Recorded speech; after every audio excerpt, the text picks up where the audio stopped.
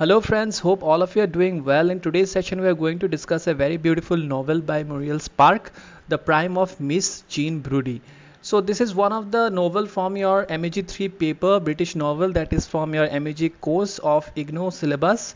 Basically, prior to this we have covered some of the other novels from the British novel MEG 3 paper, Tom Jones, Pride and Prejudice, Wuthering Heights, Great Expectations, Heart of Darkness and A Passage of Time. So with today's session we'll be covering almost 80 to 90% of the entire syllabus of your British novel.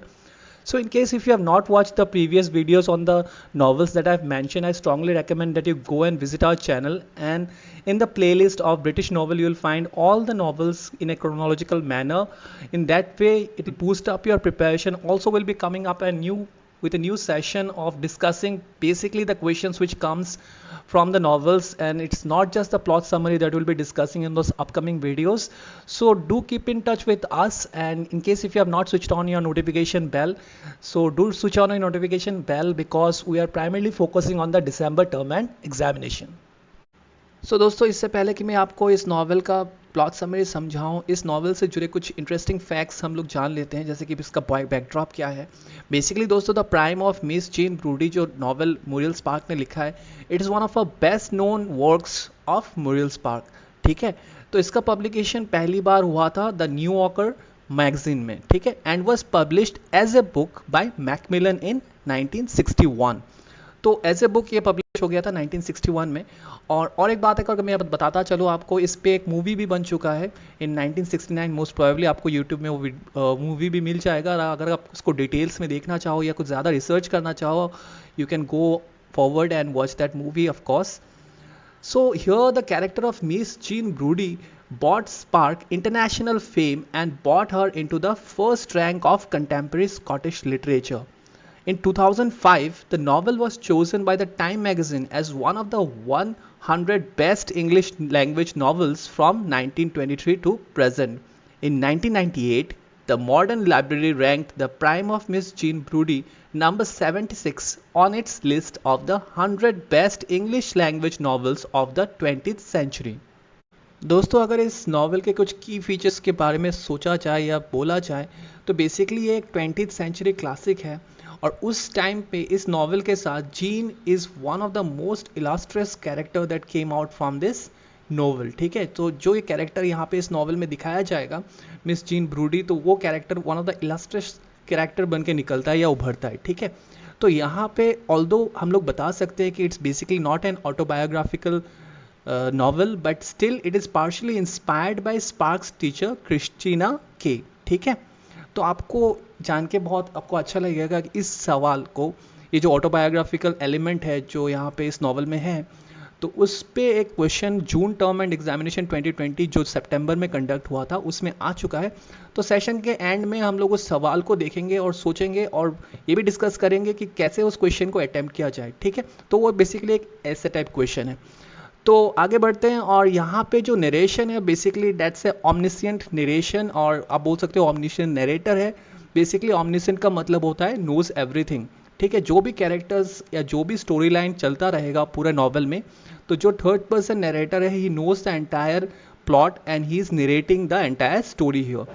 दोस्तों, यहाँ पे जो दो interesting elements का use किया गया है वो है एनालिसिस, जिसका मतलब होता है फ्लैशबैक। ठीक है, और एक है प्रोलैप्सिस, जिसका मतलब होता है flash forward.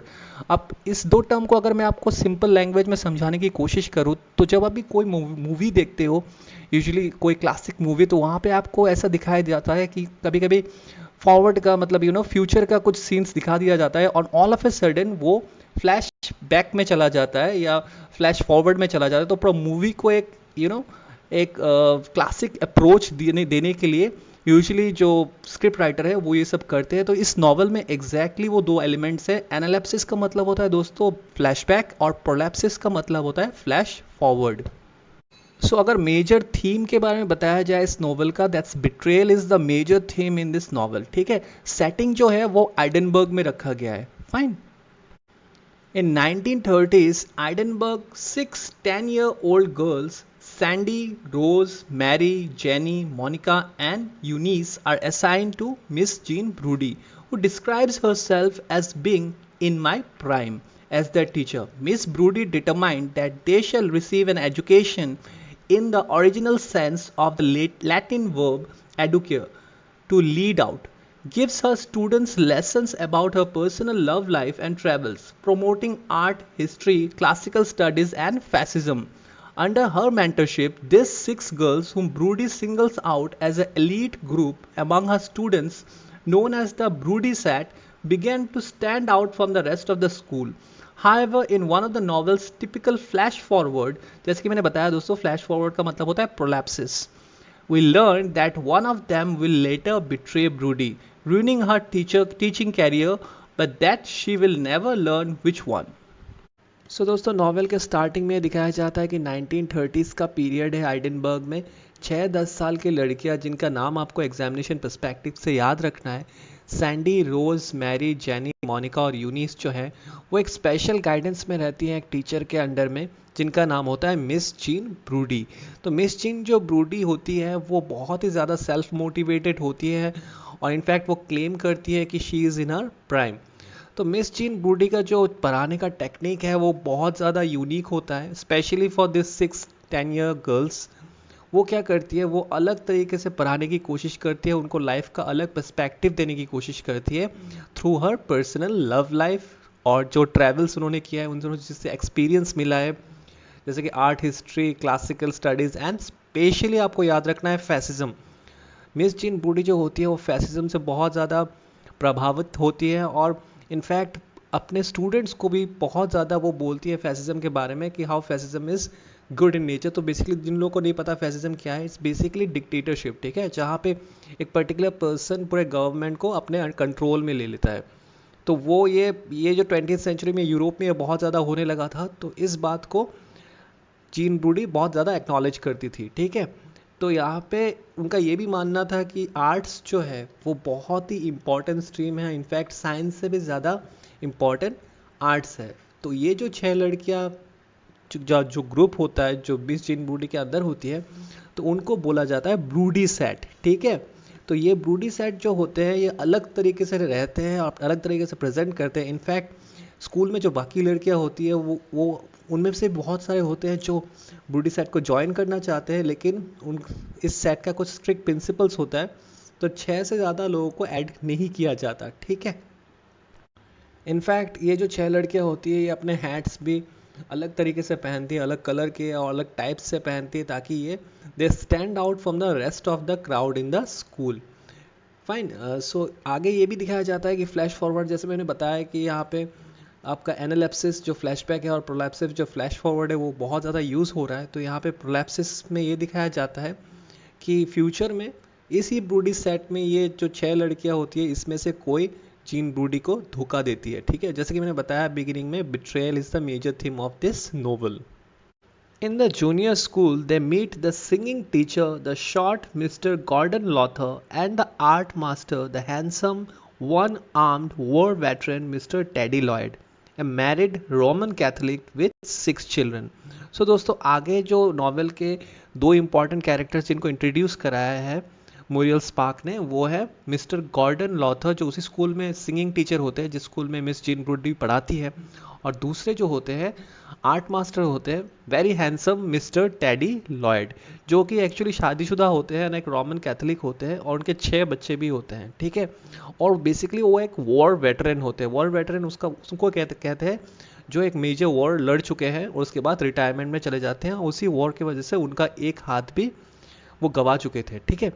These 2 teachers form a love triangle with Miss Broody, each loving her while she loves Mr. Lloyd. तो ये 2 कैरेक्टर्स जो है वो बहुत इंटरेस्टिंग है दोस्तों, क्योंकि ये दोनों ही जो होते हैं वो मिस जीन ब्रूडी को पसंद करते हैं, लेकिन जीन ब्रूडी जो होती है उनका सॉफ्ट कॉर्नर किसको लेके था, मिस्टर टेडी लॉयड को लेके, जो कि एक्चुअली शादीशुदा थे, ठीक है। However, Miss Broody never overtly acts on her love for Mr. Lloyd, except wants to exchange a kiss with him, witnessed by Monica. तो ये भी दिखाया जाता है कि जिस जीन ब्रूडी जो होती है वो कभी भी ओपनली अपना प्यार दिखाती नहीं है, एक्सप्रेस नहीं करती हैं, काफ़ी रिजर्व्ड रहती हैं, लेकिन मोनिका जो होती है जो ब्रूडी सेट की एक मेंबर है 10 साल की, तो उसके हिसाब से मिस जीन ब्रूडी ने और मिस्टर लॉयड ने एक किस भी शेयर किया होता है अपने कोर्टशिप पीरियड में, ठीक है। So during a 2 week absence from school, Miss Broody embarks on an affair with Mr. Lowther on the grounds that a bachelor makes a more respectable paramour. She has renounced Mr. Lloyd as he is married. At one point during these 2 years in the junior school, Jenny is accosted by a man joyfully exposing himself beside the water of Leith. The police investigation of the exposure leads Sandy to imagine herself as part of fictional police force seeking incriminating evidence in respect of Broody and Mr. Lowther. सो दोस्तों यहाँ पे जो इस group के इस broody set के जो एक मेंबर होती है जेनी, वो क्या करती है, वो एक एक्सपीरियंस करती है, एक क्रिमिनल इन्वेस्टिगेशन बहुत क्लोज क्वार्टर से देखती है और वो खुद इमेजिनेशन में आ जाती है, वो खुद इमेजिन करना स्टार्ट कर देती है कि काश वो एक पुलिस इन्वेस्टिगेटर होती और वो मिस ब्रूडी और मिस्टर लाउथर का जो लव अफेयर है उसको एक्सपोज कर पाती या उसको लेके कोई एविडेंस जुड़ा पाती. तो ये सब उसके इमेजिनेशन उसके दिमाग में चल रहा होता है basically. Once the girls are promoted to the senior school around age 12, though now dispersed, they hold on to their identity as the Broody set. दोस्तों अब ये जो लड़कियां होती हैं, 6 लड़कियां होती हैं, अभी 10 साल से 12 साल की हो जाती हैं, मतलब 2 साल का वक्त चला जा चुका है और अब ये जूनियर स्कूल से सीनियर स्कूल में पहुंच चुके हैं.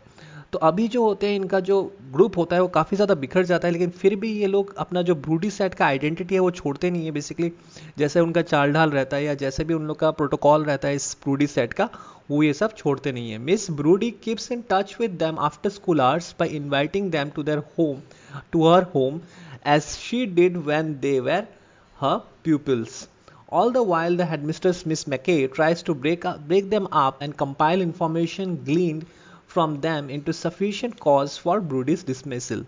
So दोस्तों सीनियर स्कूल में जब ये 6 लड़कियां पहुंच जाती हैं उसके बाद भी मिस ब्रूडी जो होती हैं, क्योंकि अभी उनके क्लासेस कम हो गए हैं, तो वो क्या करते हैं स्कूल आवर्स के बाद इन 6 लड़कियों को अपने घर में बुलाते हैं फॉर स्नैक्स एंड ऑल, और वहाँ पे अपने आइडियाज़ उनके साथ शेयर करते हैं. ठीक है, जो स्पेशल एजुकेशन है जिसमें वो बहुत सारी चीज़ों को अपने personal love life, travels, art history, classical study और फैसिज्म जो होता है वो डिस्कस करती हैं. ठीक है दोस्तों, इन द मेन टाइम ये भी दिखाया जाता है कि मिस मैके जो होती है, जो इस स्कूल की हेडमिस्ट्रेस होती है, वो जीन ब्रूडी को काफ़ी नापसंद करती हैं और वो क्या चाहती है कि वो चाहती है कि इस ब्रूडी सेट से उनको कोई ऐसा एविडेंस मिल जाए जिसके चलते मतलब वो जीन ब्रूडी को इस स्कूल से निकाल सके. Miss McKay has more than once suggested to Miss Broody that she should seek employment at a progressive school. Miss Broody declines to move to what she describes as a crank school. दोस्तों miss मैके जो होती हैं वो miss Jean broody से personally भी ये बोल चुकी होती है कि आप किसी प्रोग्रेसिव स्कूल में चले जाओ क्योंकि आपका जो टीचिंग स्टाइल है वो काफ़ी अलग है, वो हमारे स्कूल के लिए सूटेबल नहीं है. लेकिन मिस जीन ब्रूडी जो होती है वो सीधा रिफ्यूज़ कर देती है इस स्कूल को छोड़ने के लिए. When 2 other teachers at the school, the Kerr sisters, take a part-time employment as Mr. Lowther's housekeepers, Miss Broody tries to take over their duties.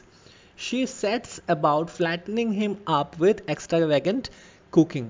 So दोस्तों ये जो मिस जीन ब्रूडी होती है वो काफ़ी ज़्यादा ओवर कॉन्फिडेंट होती है और अपने जो कैरेक्टर है उसको लेके बहुत ज़्यादा सेल्फ मोटिवेटेड रहती है, तो ये दूसरों के कामों में भी काफ़ी ज़्यादा इंटरफेयर करती हैं. ठीक है, और क्योंकि इनका मिस्टर लाउथर के साथ एक शॉर्ट टर्म अफेयर भी रह चुका है तो उनके जो पर्सनल काम है उसमें भी वो बहुत दखलंदाजी करती थी. The girls now 13 visit Miss Brodie in pairs at Mr Lowther's house where Miss Brodie frequently ask about Mr Lloyd in Mr Lowther's presence. दोस्तों ये दिखाया जाता है कि मिस ब्रूडी जो होती है वो मिस्टर लाउथर के घर में रहती है और वहाँ पे भी वो लड़कियाँ जो होती है ब्रूडी सेट के उससे मिलने के लिए जाते हैं और वहाँ पे वो मिस्टर लाउथर के सामने मिस जीन ब्रूडी जो होती है वो मिस्टर लॉयड के बारे में पूछते हैं क्योंकि उनका जो पहला लव इंटरेस्ट था वो मिस्टर लॉयड ही थे. तो ये चीज़ इस बात को मतलब सिग्निफाई करता है कि मिस्टर लाउथर जो है वो काफ़ी अच्छे से जानते हैं कि मिस जीन ब्रूडी जो है उनका एक स्पेशल झुकाव है मिस्टर लॉयड को लेके. ठीक है, at this point Mister Lloyd ask Rose and occasionally the other girls to pose for him as portrait subjects. दोस्तों ये जो मिस्टर लॉयड है वो बेसिकली एक आर्ट टीचर होते हैं और वो क्या करते हैं, उनको पेंटिंग के लिए सब्जेक्ट्स का ज़रूरत होता है, तो वो इस ब्रूडी सेट की एक लड़की रोज़ या कभी कभी वो दूसरे लड़कियों को अपने घर में बुलाया करते थे पेंटिंग बनाने के लिए, ठीक है, उनके पेंटिंग बनाने के लिए। Each face he paints ultimately resembles Miss Brodie as her girls report to her in detail and she thrills at the telling. तो ये दिखाया जाता है कि जब भी वो किसी लड़की को देख के उसका पेंटिंग बनाते थे तो उस पेंटिंग का जो रिसेंबलेंस है वो ज़्यादातर मिस जीन ब्रूडी की तरफ रहता था, वो मिस जीन ब्रूडी की तरह शक्ल बना देते थे। तो ये जो बात है वो लड़कियां मिस जीन ब्रूडी को बोलते हैं और ये मिस जीन ब्रूडी जो होती है ये बात सुन के बहुत ज़्यादा एक्साइटेड और थ्रिल्ड हो जाती है। One day when Sandy is visiting Mr Lloyd he kisses her. So एक दिन क्या होता है दोस्तों, ये जो मिस्टर लॉयड है ये क्या करते हैं, सैंडी को जो उसकी आर्ट सब्जेक्ट होती है उसको किस कर देते हैं और ये सैंडी बहुत ज़्यादा कन्फ्यूज्ड हो जाती है। Before the Broody set turned 16, Miss Broody tests her girls to discover which of them she can really trust, ultimately settling as on Sandy as her confidante। दोस्तों ऐसा दिखाया जाता है कि जब ये लड़कियां 16 साल की हो जाती हैं तो मिस जीन ब्रूडी जो होती हैं सारी लड़कियों को टेस्ट करते हैं ये जानने के लिए कि वो किसको सबसे ज़्यादा ट्रस्ट कर सकते हैं अपने सीक्रेट्स बताने के लिए। तो इवेंचुअली वो क्या करते हैं, इवेंचुअली जीन ब्रूडी ये डिसाइड करती हैं कि वो सैंडी को ट्रस्ट कर सकते हैं अपने ज़्यादा क्लोज रखने के लिए, ठीक है। Miss Brodie is obsessed with the notion that Rose as the most beautiful of the Brodie set should have an affair with Mister Lloyd in her place. So ये जो मिस जीन ब्रूडी होती हैं इनको मतलब बहुत ज़्यादा शक होता है कि ये रोज़ जो होती है जो ब्रूडी सेट की एक मेंबर होती है और बहुत ज़्यादा खूबसूरत भी होती है इन 6 लड़कियों में से, तो इस रोज़ का अफेयर मिस्टर लॉयड के साथ चल रहा है, ठीक है। ये जो शक है ये मिस जीन ब्रूडी को रहता है और ये इसी बात को कंफर्म करने के लिए वो सैंडी को अपने बहुत क्लोज ले आती है, उसको अपना ट्रस्टवर्दी एलाई बनाती है, ठीक है। She begins to neglect Mister Lowther who ends up marrying Miss Lockhart the science teacher. तो इससे हम लोग को ये पता चलता है दोस्तों कि ये जीन ब्रूडी होती है ये मिस्टर लॉयड को लेके बहुत ज़्यादा ऑब्सेस्ड रहती हैं, बहुत ज़्यादा मतलब सोचती है उनके बारे में और इसके चलते क्या होता है मिस्टर लाउथर को वो निग्लेक्ट करना शुरू कर देती है और मिस्टर लाउथर जो है वो उसी स्कूल के एक साइंस टीचर मिस लॉकहार्ट से शादी कर लेते हैं, ठीक है। Another student Joyce Emily steps briefly into the picture trying unsuccessfully to join the Broody set। दोस्तों नॉवेल में अभी एक नया कैरेक्टर एक नई लड़की का इंट्रोडक्शन होता है जॉयस एमिली जिसका पार्ट इस नॉवेल में बहुत ही शॉर्ट है। तो वो जब स्कूल को ज्वाइन करती है वो देखती है कि यहाँ पे एक अलग तरीके का ब्रूडी सेट बोल के एक ग्रुप है जो बहुत ही स्पेशल होता है और हर कोई चाहता है कि इस ब्रूडी सेट का मेंबर बने। तो एमिली जो जॉयस एमिली होती है वो भी चाहती थी कि मतलब इस ग्रुप का वो मेंबर बने, तो बिगिनिंग में वो बन नहीं पाती है, ठीक है। Miss Broody takes her under her wing separately, encouraging her to run away to fight in the Spanish Civil War on the nationalist side, which she does, only to be killed in an accident when the train she is traveling in is attacked।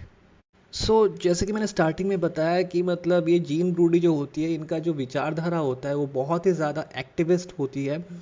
तो वो क्या करती है eventually जो ये Joyce Emily होती है उसको अपने ब्रूडी सेट में ले लेती है और इसको बहुत ज़्यादा इंकरेज करती है कि ये स्पेनिश सिविल वॉर में अपना contribution they from the nationalist side, ठीक है। जैसे कि उस टाइम पे ये वॉर चल रहा होता है, सिविल वॉर चल रहा होता है स्पेन में, तो इससे उसको इतना इंकरेज कर देती है जॉयस एमिली को कि सच में उस सिविल वॉर का पार्ट बनने के लिए चली जाती है और एक ट्रेन एक्सीडेंट में एक्चुअली जिस ट्रेन में वो जा रही होती है तो वहाँ पे वो लोग हमला कर देते हैं and she gets killed in the process, ठीक है, वो मारी जाती है इस ट्रेन एक्सीडेंट में।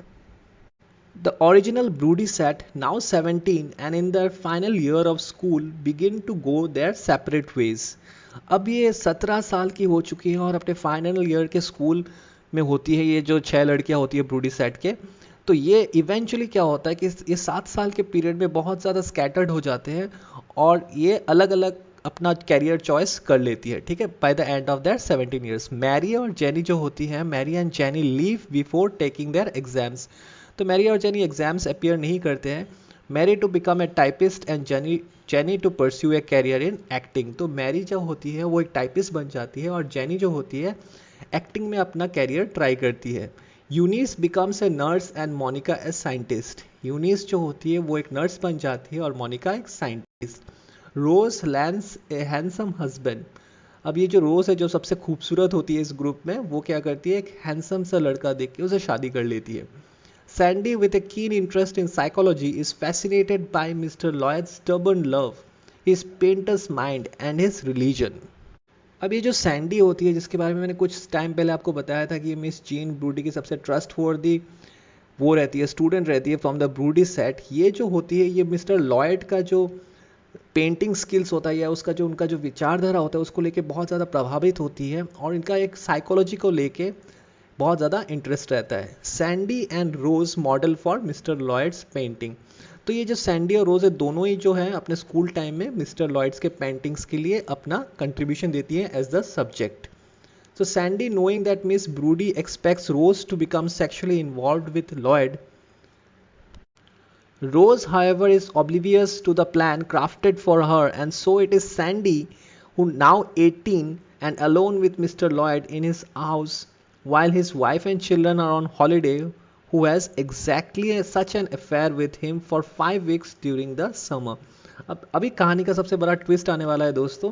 यहाँ पे क्या दिखाया जाता है कि जो मिस जीन ब्रूडी होती है वो एक्चुअली रोज पे डाउट कर रही होती है कि रोज का कोई अफेयर चल रहा है मिस्टर लॉयड के साथ, बट इवेंचुअली ये दिखाया जाता है कि ये सैंडी जो होती है, जो खुद भी एक सब्जेक्ट, एक आर्ट सब्जेक्ट की तरह रहती है फॉर मिस्टर लॉयड, वो एक्चुअली क्या होती है, सेक्सुअली इन्वॉल्व हो जाती है मिस्टर लॉयड के साथ। ठीक है, उनका सेक्सुअल इंटरकोर्स हो जाता है मिस्टर लॉयड के साथ, और ये 5 वीक्स तक मिस्टर लॉयड के साथ अपना फिजिकल रिलेशनशिप मेंटेन करती हैं।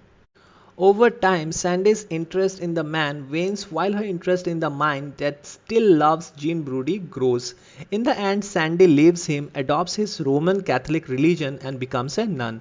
अब दोस्तों ये 5 हफ्ते जो मतलब मिस सैंडी और मिस्टर लॉयड का फिजिकल रिलेशनशिप रहता है, उसके बाद सैंडी का क्या होता है, मन भर जाता है और वो रिलेशनशिप तोड़ देती है। बेसिकली रिलेशनशिप सिर्फ फिजिकल होता है, इमोशनल नहीं होता है, लेकिन ये रिलेशनशिप तोड़ने के बाद भी सैंडी क्या होती है, मिस्टर लॉयड के रोमन कैथोलिक रिलीजन बिलीफ से बहुत ज़्यादा इन्फ्लुएंस्ड होती है और इवेंचुअली क्या होता है, वो एक नन बन जाती है।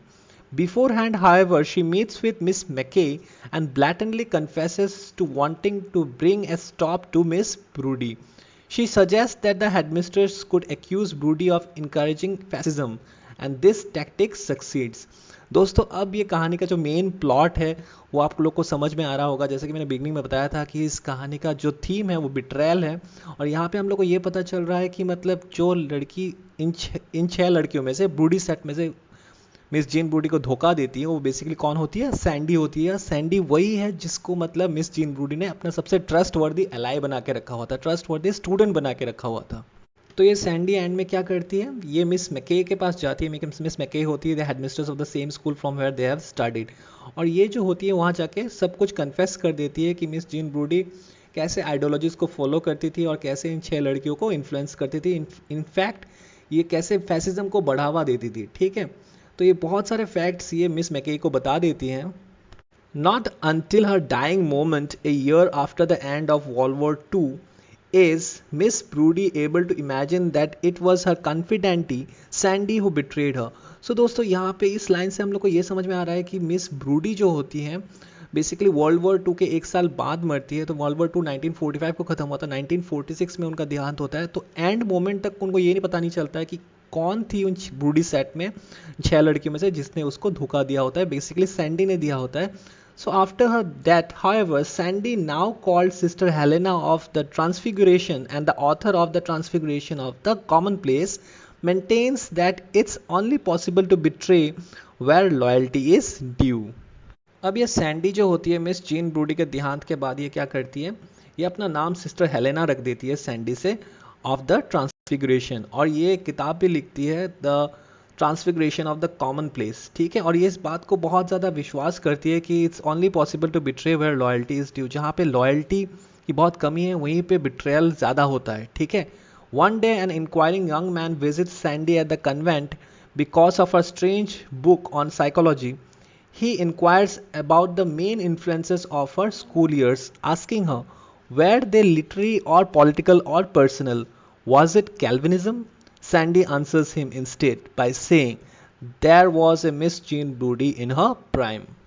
So अब ये जो सैंडी होती है, जो सिस्टर हेलेना बन चुकी होती है ऑफ ट्रांसफिगरेशन, और जिसने किताब भी लिखा होता है the transfiguration of the common place, वो बहुत ज़्यादा पॉपुलर भी हो जाती है because of her strange book on psychology. तो एक दिन क्या होता है, एक लड़का आता है और उनसे पूछता है कि आप जो ये आपका जो ये बिलीफ है या आपका जो ये किताब है वो किस पे बेस्ड है, या आपके आइडियोलॉजीज जो हैं वो किस पे बेस्ड है। बेसिकली ये पॉलिटिकल है या पर्सनल लाइफ से आपने बहुत सारे कुछ सीखे होंगे जिससे आपने किताब लिखा है, या ये कैल्विनिज्म है। तो सैंडी कुछ नहीं बोलती, बस वो एक ही लाइन बोलती है कि there was a Miss Jean Brodie in a prime.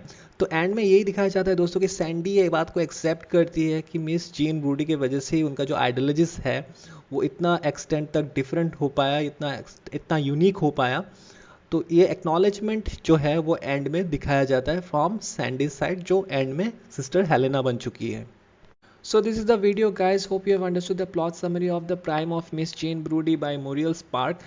Basically one of the best known of her works, and I have tried my best to use the bilingual medium, both Hindi and English, in order to make you understand the entire plot summary. That's why it might have taken a little bit longer than usual to complete the entire novel, but it was actually requested by most of my subscribers to use both Hindi and English to explain my all videos.